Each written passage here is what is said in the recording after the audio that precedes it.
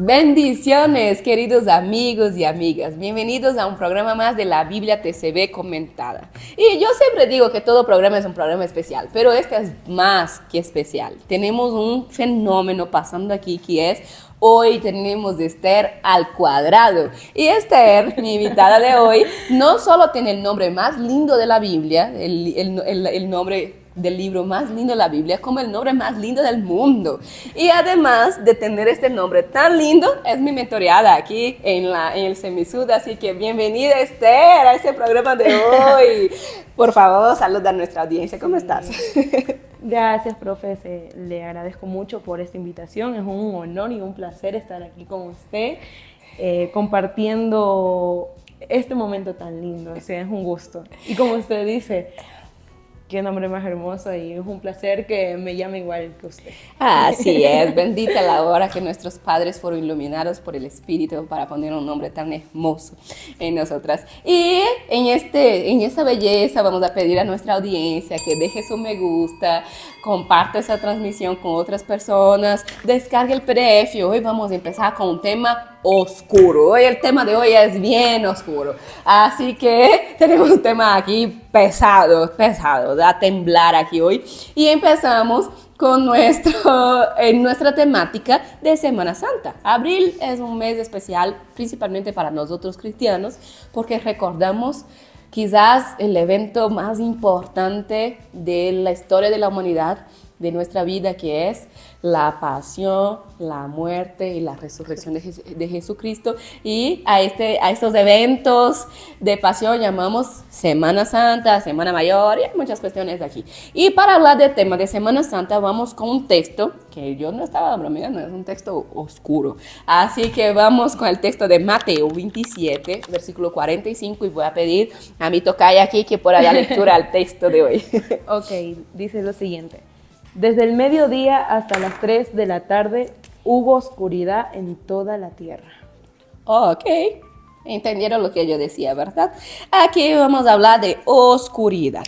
Ese es un texto en el contexto de la crucifixión, y esto es importante que resaltemos, porque desde el mediodía hasta las 3 de la tarde, o sea, hay 3 horas de oscuridad. Y así empecemos con a juntar nuestras piecitas para armar nuestro texto, nuestro rompecabezas del texto de hoy. En primer lugar, siempre les digo que los números en la Biblia son simbólicos.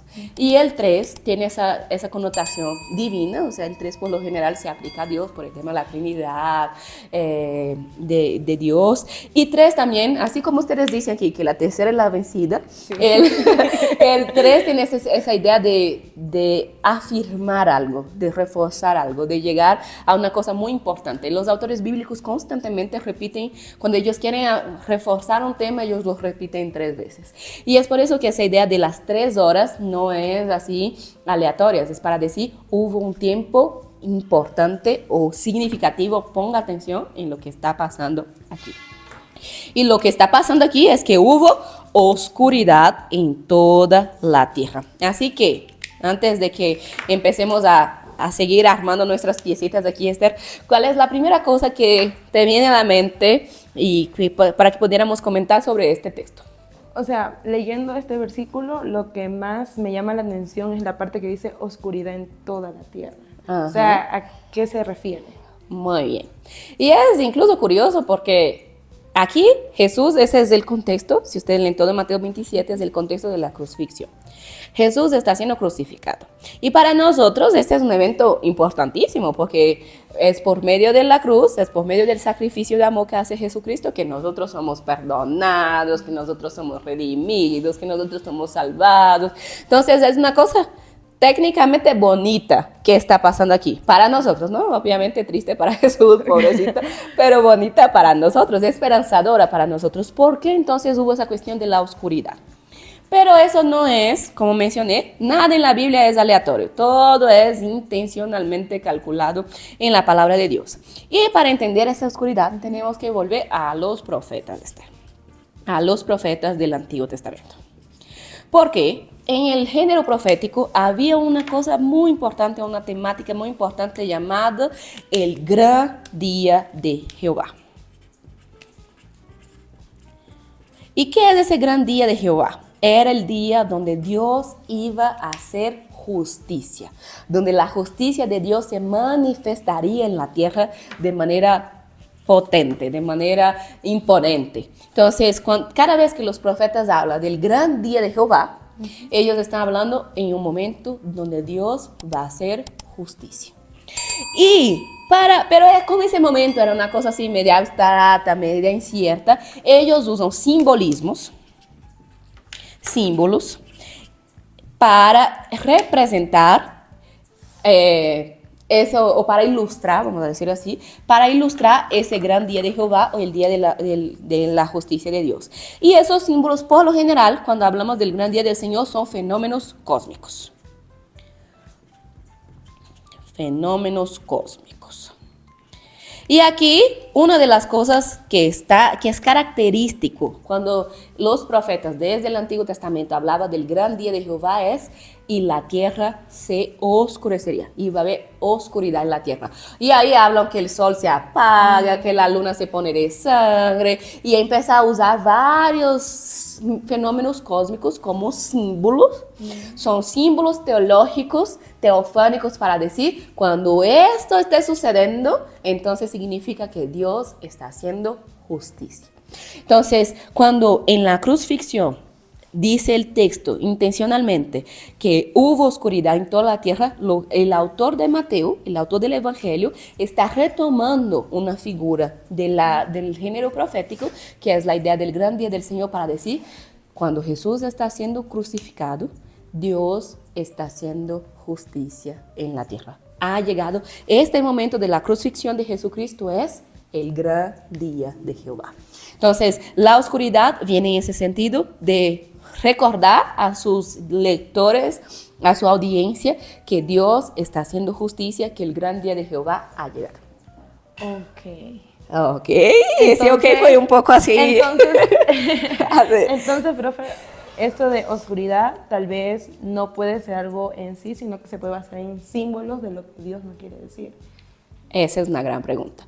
Incluso hay mucha gente, como me mencionabas hace un momento, que hay mucha gente que cree que hubo un eclipse literal y todo el texto.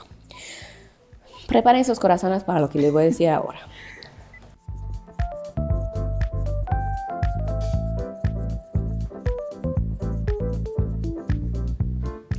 Desde la familia TCB y del Proyecto Evangelio deseamos un feliz día a todos los maestros y maestras cristianos que hacen parte de nuestra comunidad.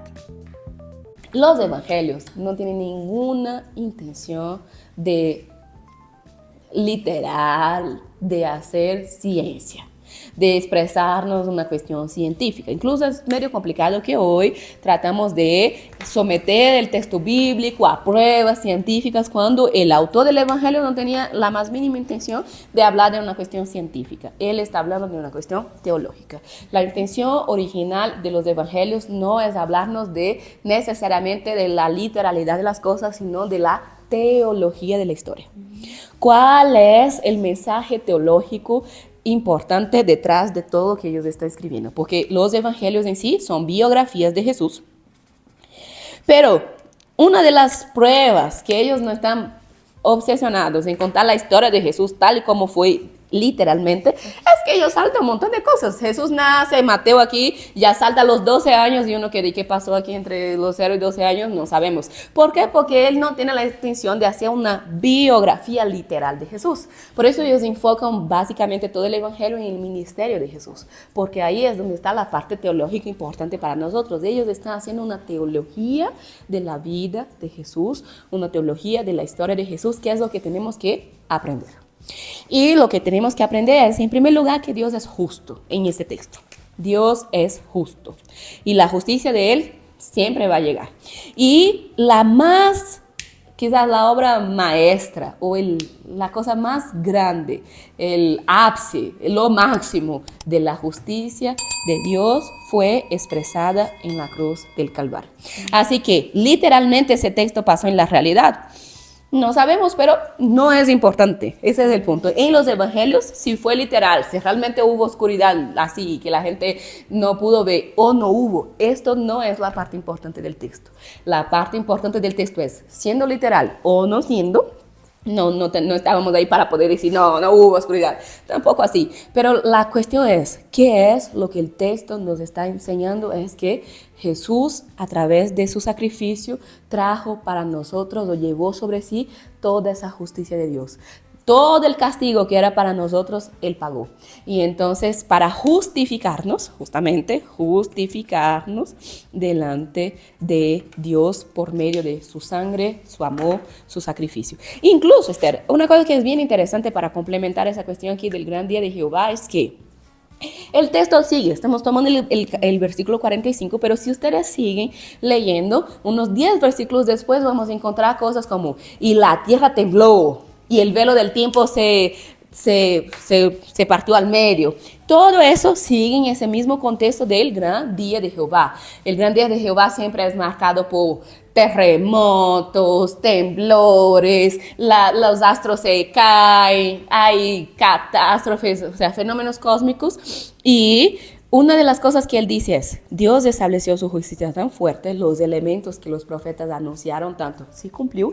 Y cuando eso sí cumplió, el lugar santísimo fue abierto. La presencia de Dios ahora es asequible para todos nosotros que somos redimidos por el sacrificio de Jesucristo. Por eso el velo del templo se parte en dos para decir, con la justicia de Dios que se cayó sobre Jesús, Él pagó el precio, Él cumplió lo que tenía que cumplir y Él abrió para nosotros la presencia de Dios, el acceso a la presencia de Dios. Y por eso el día del Señor en la crucifixión es algo tan significativo, porque todo lo mal que hicimos, todo el castigo que merecíamos, Jesús pagó para darnos acceso a la presencia de Dios y disfrutar de la parte buena, vamos a decir así, de la parte positiva de la justicia de Dios a través del sacrificio de Jesús. Ok, muy bien, Esther. Con todo esto te voy a pedir que comente unas palabras finales con nuestra audiencia de qué es lo que te quema en el corazón después de escuchar todo eso. Bueno, la verdad, profe, me parece muy interesante, incluso lo que acabo de mencionar del temblor, de todo. Y como se dice, lo esencial de este versículo, lo que Dios nos quiere decir es lo que Dios hizo en la cruz por nosotros, que fue demostrar ese amor y, o sea, es muy bonito. O sea, es muy bonito ver lo que Dios, o bueno, lo que Jesús hizo por nosotros en esa cruz y lo que podemos ahora recordarlo, y incluso ahora lo vamos a ver en Semana Santa, que es un día especial que lo tenemos como algo primordial, pero en sí es algo que debemos recordarlo todos los días. Así es. Y esa palabra que usaste me encanta, que es la palabra recordar. La palabra recordar viene de dos raíces. Re, de repetición, y cordar, que viene de cardia, que es corazón. Entonces, recordar significa volver a pasar por el corazón, volver a sentir, volver a experimentar.